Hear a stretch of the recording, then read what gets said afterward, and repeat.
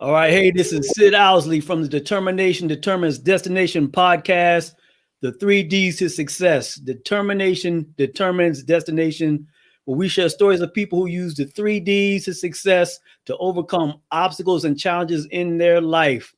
And today I have with me Art Berlanga, Coach B. Art Berlanga is an educator and head football coach. He has taught at the elementary, high school, and college level for the last 11 years. Coach Berlanga is currently the head football coach at Gonzales High School and enters his 14th season as a football coach. His coaching career started in 2007 at Colorado Mesa University. After moving back to the Salinas Valley, California in 2009, he made coaching stops at Seaside High School, Soledad High School, and Hartnell Community College. Welcome, Coach B. How you doing today? My man, Sid. Pleasure to be here. It's great to have you. So tell us how you use what I call the 3Ds to success. Determination determines destination, to overcome obstacles and challenges in your life and to arrive at where you are now. Oh man, 3Ds are very important. So I like how you phrase that too. Determination determines destination. I love that. And throughout my whole life, I've always been especially when it came to sports. I grew up playing sports. I was a 3-sport athlete in high school, 2-sport athlete at the community college level. I did football and track and field, and then I got to Colorado Mesa University, a small Division II school in Grand Junction, Colorado. I just did football. But just to get to that point in my life as an athlete, as a student athlete, there's a lot of obstacles to overcome. And what really helped me through that time, though, was my twin brother. I have an identical twin brother, and his name is Frankie. And we kind of tag team this goal and dream of ours of playing it. We want to be the first person in our family to play collegiate sports. No one in our family has ever played a collegiate sport. No one in our family has ever graduated from college, right? So these are things that we kind of took on as people. If you don't know how identical twins work, and my brother and I being identical, I mean, we're identical when it comes to being competitive, setting goals, attacking our goals, and just being persistent in anything and everything that we wanted, right? But also, I have a life partner when it comes to accountability, right? So accountability was huge in that whole process. As anyone who's ever made it, who's ever been successful, who's ever accomplished goals and aspirations in their, they know that they need somewhat of accountability to hold them accountable, to get to that next level, to take that next step, to make sure that they are doing what they need to be doing during that time. And so I guess, Sid, what I'm trying to say is I've always been undersized. I'm 5'10", 175 pounds. I was playing, and I was smaller in high school. I was a little guy, 145, 150 pounds, right? And I come from a very small community I grew up in Soledad, California, which is the agricultural community where a lot of farm workers, a lot of field workers were picking strawberries, your lettuce or cabbage, any fruit and vegetable you can think of, we grow it where I'm from. So a very humble community, a very hardworking blue collar community, a lot of immigrants, okay? A lot of first generation people from Mexico who come and migrate for work and where I live. So that's kind of where I grew up, a real small town, and no one really made it out for the most part. But not many. And when I say made it out, I mean by accomplishing goals and not setting their environment and making their circumstances define who they are and not be able to see beyond that, right? And I saw beyond that. I read this great interview with Helen Keller, and it's in the Thinking Results book by Bob Proctor and Sandy Gallagher. And they shared a interview with this woman, Helen Keller, and she was asked in an interview, what's the worst blind? Because she was a blind woman, and she said to the guy, the most pathetic person in the world is a person with vision, is a person with their sight, but have no vision. No vision, yeah. Right. So we have a lot of people out here. We have our own physical vision. We can see things physically, but yet we don't have visions, right? And I'm all about visions. I'm all about envisioning what I can be, what I want to become, what I want to be, and what I want to do. And I think that's one of the strengths I've had, that determination, that persistence, into obviously taking me to where I'm at today, my destination of influencing young people. I'm an educator, like you mentioned before. I'm a head football coach, and football has been sports in general have been a huge part of my life growing up. I learned a lot about life, as many people, many former athletes, many coaches, many educators out there understand the things you learn about sports through that time, whether you agree being benched, whether you agree with being you're the star of the team, you're a big fish in a small pond, or you're humbled by guys just outworking you and becoming better than you, you're constantly being challenged, you're constantly being held accountable. More importantly, you're constantly being coached up, you're being taught. So if you're not, I've read this thing's been written where if you're not teachable, if you're not coachable, no one can help you. No one can help you. But if you remain teachable, if you remain coachable, no one can stop you.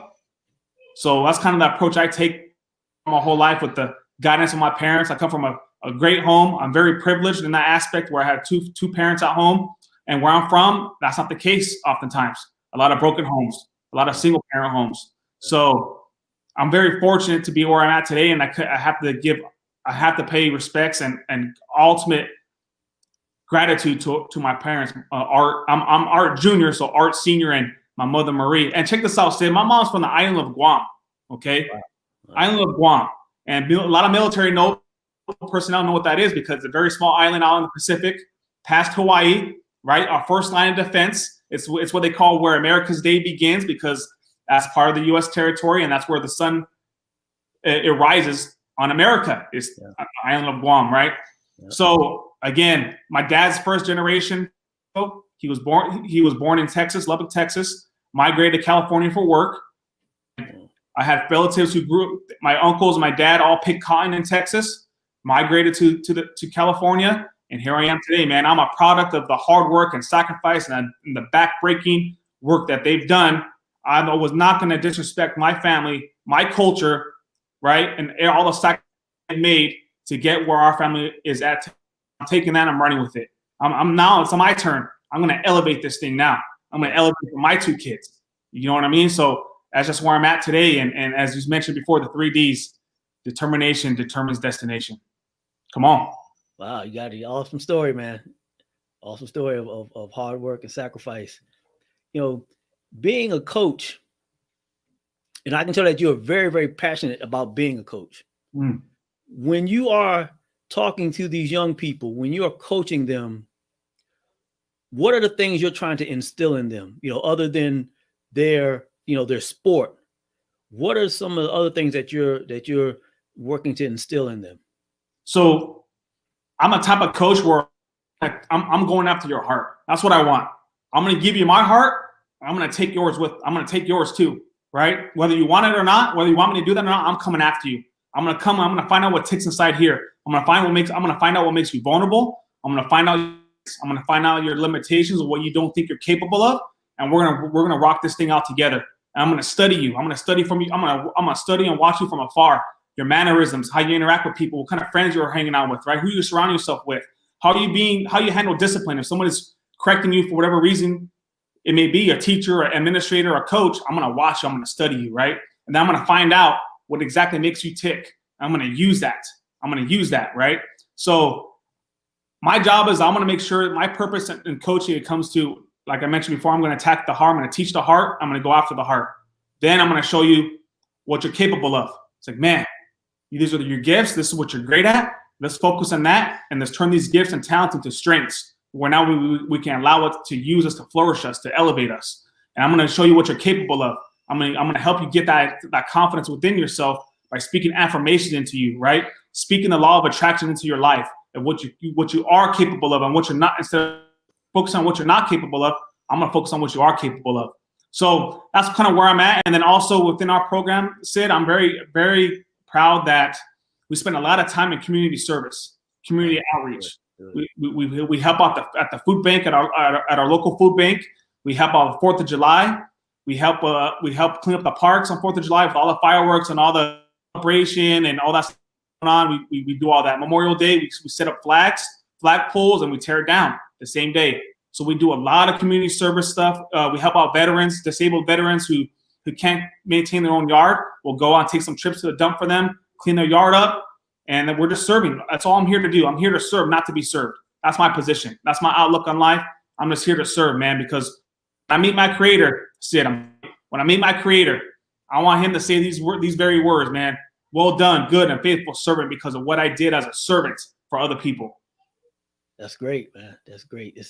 having that attitude of service, and your passion about developing the youth around you is something to be admired. And I congratulate you and thank you for that, because that's what we need so much of, and that's a great and honorable mission that you have, you know. And since you are a coach, you're in some programs where you're the student, you're being coached. Tell us about that, and what effect it's having on your life, and how it applies into you being a coach. Oh, great. So I want to be in the position today. I want to be talking with you today, Sid, if it was COVID, right? If it wasn't for the 2020 year we're having and what we've been through, because I used that time. I didn't use it to just put my sorrows or accept misery or the doom and the gloom. I refused to accept that. That might be the reality of many people because of things that's going on out of our control, but I refuse to be that case for me. So I took the step where I'm going to become a student again. All right. So I signed up for Les Brown's motivational speaking certification power voice class. And then I also hired John Tellerico as my coach, along with many others, and part of the program where he's a mindset coach, and he's going to elevate me and begin to frame my mind and be aware, and again, attacking and developing, reconfiguring our subconscious, right? Our paradigms that we always read about when we talk in our group. And in the book that we're reading, Thinking into Results, is turning our visions, turning our thinking and what we're capable of, and turning those things into results, and taking action. You don't have to necessarily have a plan, but we're going to take action. Starting in the morning, first thing you do in the morning when you wake up. That's what I've learned through this whole 2020 pandemic, man. I learned your morning routine is extremely important. It sets the tone for your day. It sets your mindset for the day. It gets your energy and attitude in the right place, because it's like anything else. When we get married, I remember getting my mindset ready for my wedding day. I remember that day very vividly, right? I'm in Cancun, Mexico. I'm getting married to my love of my life. And here I am in the bathroom, spending some time, alone time with myself as I'm getting ready. And I remember looking in the mirror and just preparing my mind for that moment, for that day, to see my wife, and make her my wife for the very first time. So a lot of things in our life, we spend a lot of time preparing mentally for probably the more significant things that's going on in your life, whether it be job interviews, again, like I said, marriage, or maybe spending time with your children, what have you, right? So we have to take that same approach to our day. Very basic things, you might not think it's important. It's important. The things you read, the things you're watching, it begins to mold us, not consciously, but subconsciously, right? That's what I've been learning about, how to turn off these paradigms, or not necessarily turn them off, but how to attack them with the tools. And now I got some tools in the toolbox now. So when that self-doubt comes in, because that's my biggest issue, right, Sid, is I have a lot of self-doubt. People who know me might not think that's necessarily true, but they don't know what goes on in here. Only we know what goes on in here, right? Yeah, that's right. Self-doubt creep up on my mind a lot. So now I have the tools, the affirmations, the mindset, the literature to attack and counter, bob and weave.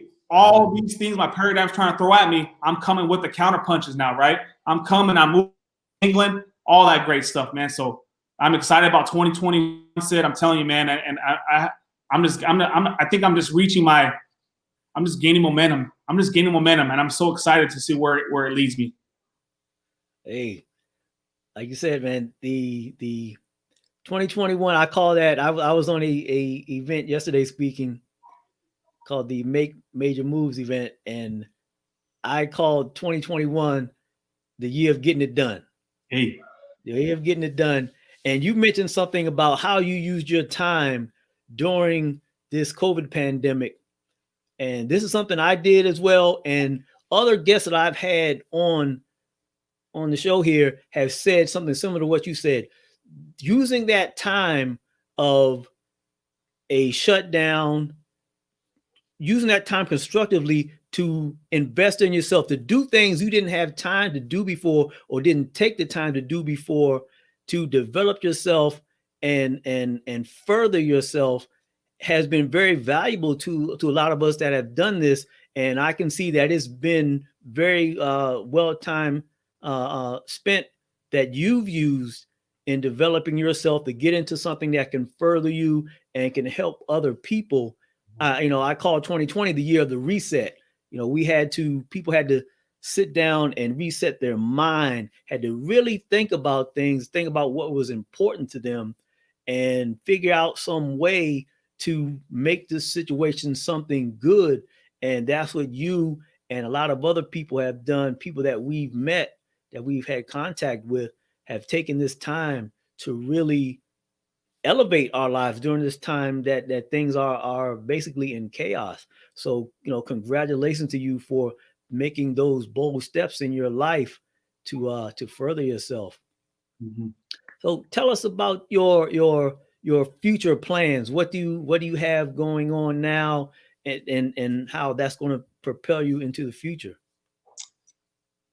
Future goals I have is I want to kind of dive into and see what the speaking thing goes to, because I've done many speaking engagements, from officiating weddings, graduation ceremonies, to what else have I done? I do a weekly Speak Like Wednesday. Short video every Wednesday. And the reason why I picked Wednesday, I was very strategic on why I picked Wednesday, is because usually it's in the middle of the week. People want to get over that hump, right? They call it hump day. Some people can't get over it. Some people can. Well, my job, the purpose behind my videos, and it's usually short, 2 to 3 minutes, maybe no more than 4 or 5, is to help them get over that hump, just to encourage them during the middle of the week. It's easy to start the week off with high energy after a weekend or after a day off, but then when you get to Wednesday, people tend to hit a wall. And they need some encouragement. They need a little motivation to get them over that hump. And that's what I did that for. So I call it Speak Live Wednesday. I do it every Wednesday. I a theme. I tell a story. I drop some quotes down and just kind of provide commentary and just influence people in a very positive way to bring some life to their life, and just give them some encouragement for that day and for the rest of their week. So I don't know. Sid, I've been on a few podcasts as well when it comes to coaching, and I don't know where it's going to lead me. I know who's leading me. I know, right?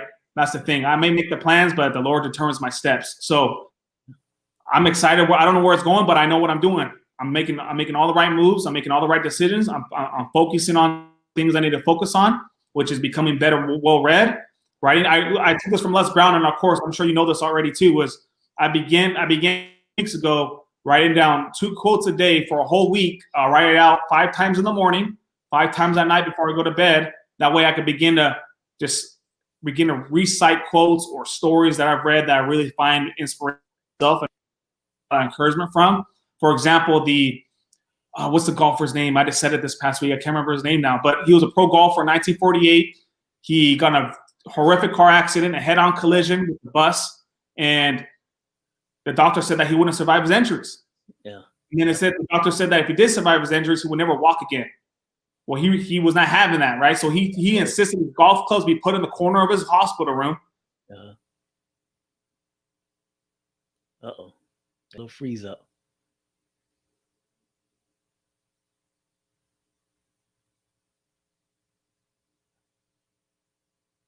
All right, hopefully get him back.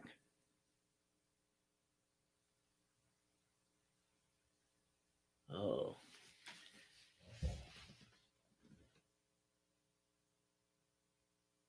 Oh no. Hopefully we get him. I'm back. All right, you back. We back. So you got me. I lost you. I got you, man. I got you. It's all about the golf. Hey, we just got to roll with the technology, man. It's great when it's working. We got to roll with it when it's not. That's it. So golf clubs in the middle of the corner of his hospital room. Looked at it, envisioned him using them again. He won the U.S. Open 1 year later. The year after that, he won 3 major golf tournaments that year. So it just shows you being persistent in what we want and what we can see ourselves doing. Because if you can envision it, you can have it. You can do it. If it's in your heart and it's a desire within your heart, it's there for a reason. And people, I think oftentimes today, people, I'm guilty of it as well. We begin to ignore desires of our heart or our visions when we lay it back. When we spend time with ourselves, we begin to have these visions of what our life can be or what it can look like. But for whatever reason, we don't attack it. We don't go about it. Right? A lot of people don't live their life until they're dying. Then they begin to live their life and do things they always wanted to do. But I'm not going to do that, man. I refuse. I'm going to get the most out of my life. I'm I'm going to maximize every gift and talent that I may have, and let's go. Let's rock and roll. I got some unfinished business with it, so let's go. That's right. Yeah, man. If 2020 didn't teach us anything, it should have taught everybody to go after what you want to go for right now. Because 2020, we saw things we never ever thought that we would see. We saw the world shut down. The entire world. Planes weren't flying, sports wasn't being played. We saw things we never ever thought we would see in our lifetime. And so 2020 is a year of learning some lessons. Like you said, attack what you want to go after. Go after it now.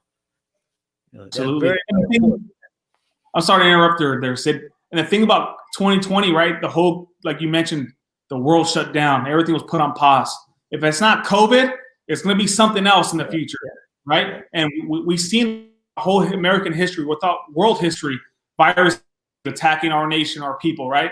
So there's nothing new as far as what we will be able to overcome. We made it this far, so why can't we go even further? Regardless of circumstances, regardless of virus or what have you, I'm going to use these opportunities again.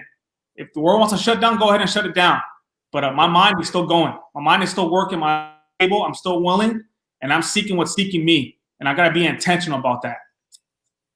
That's right, man. That was great. You said you're seeking what's seeking you.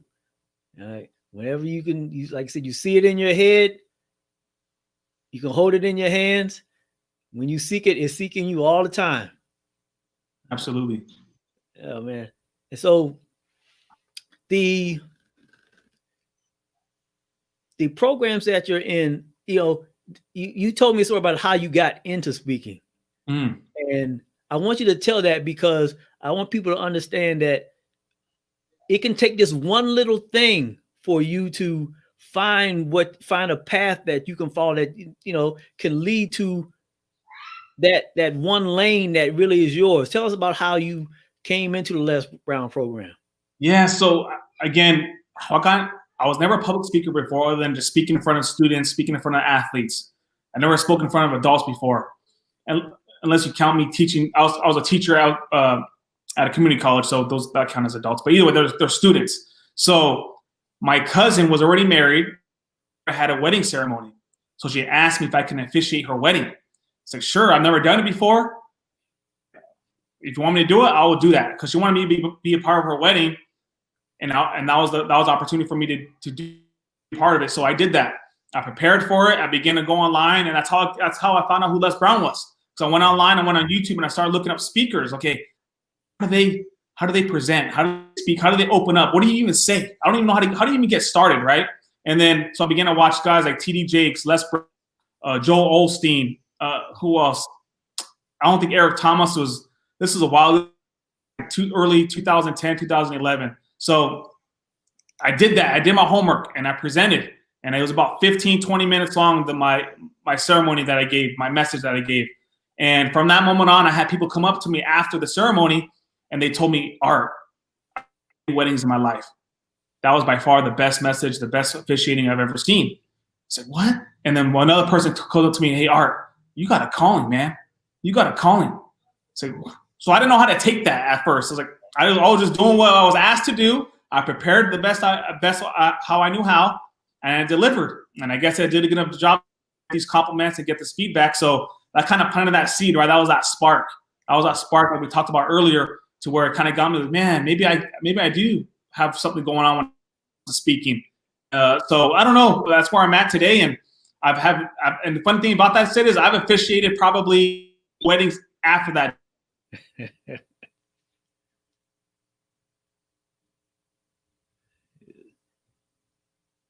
Gotta love technology.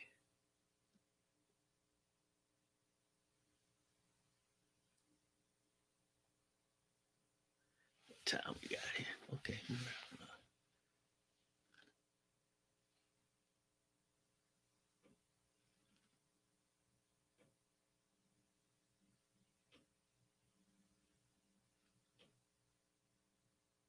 I'll get them back in a minute.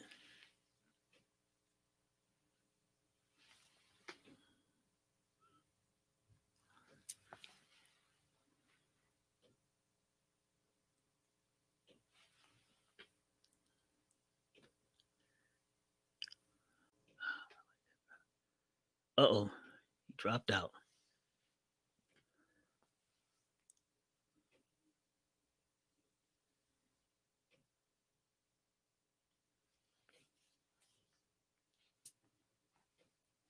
Let's see if I can get him back. Oh, man. See if I can get him back. See if we can get Art back in the game.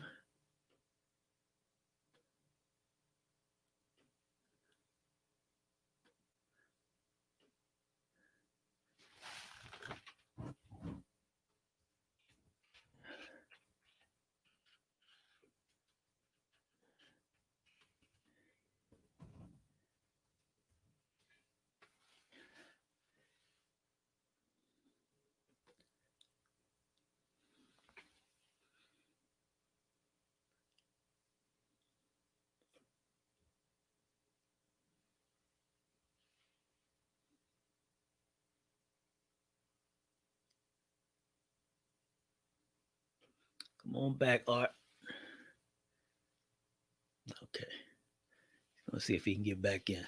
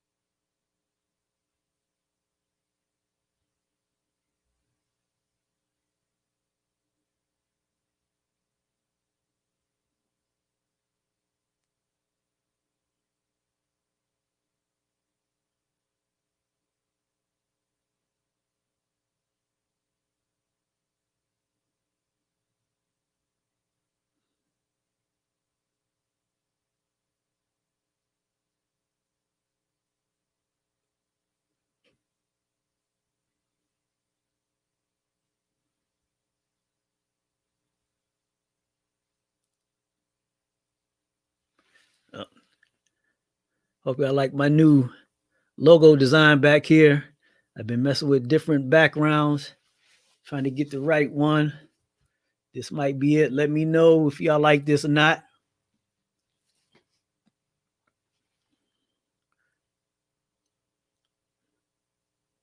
Hope we get Art back in a minute.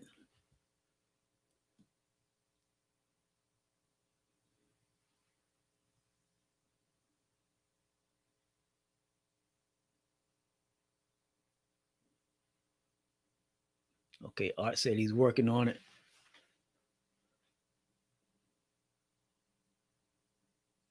But leave me some comments about how you guys like the program. Like I said, I'm still working on just getting it better, perfecting it more,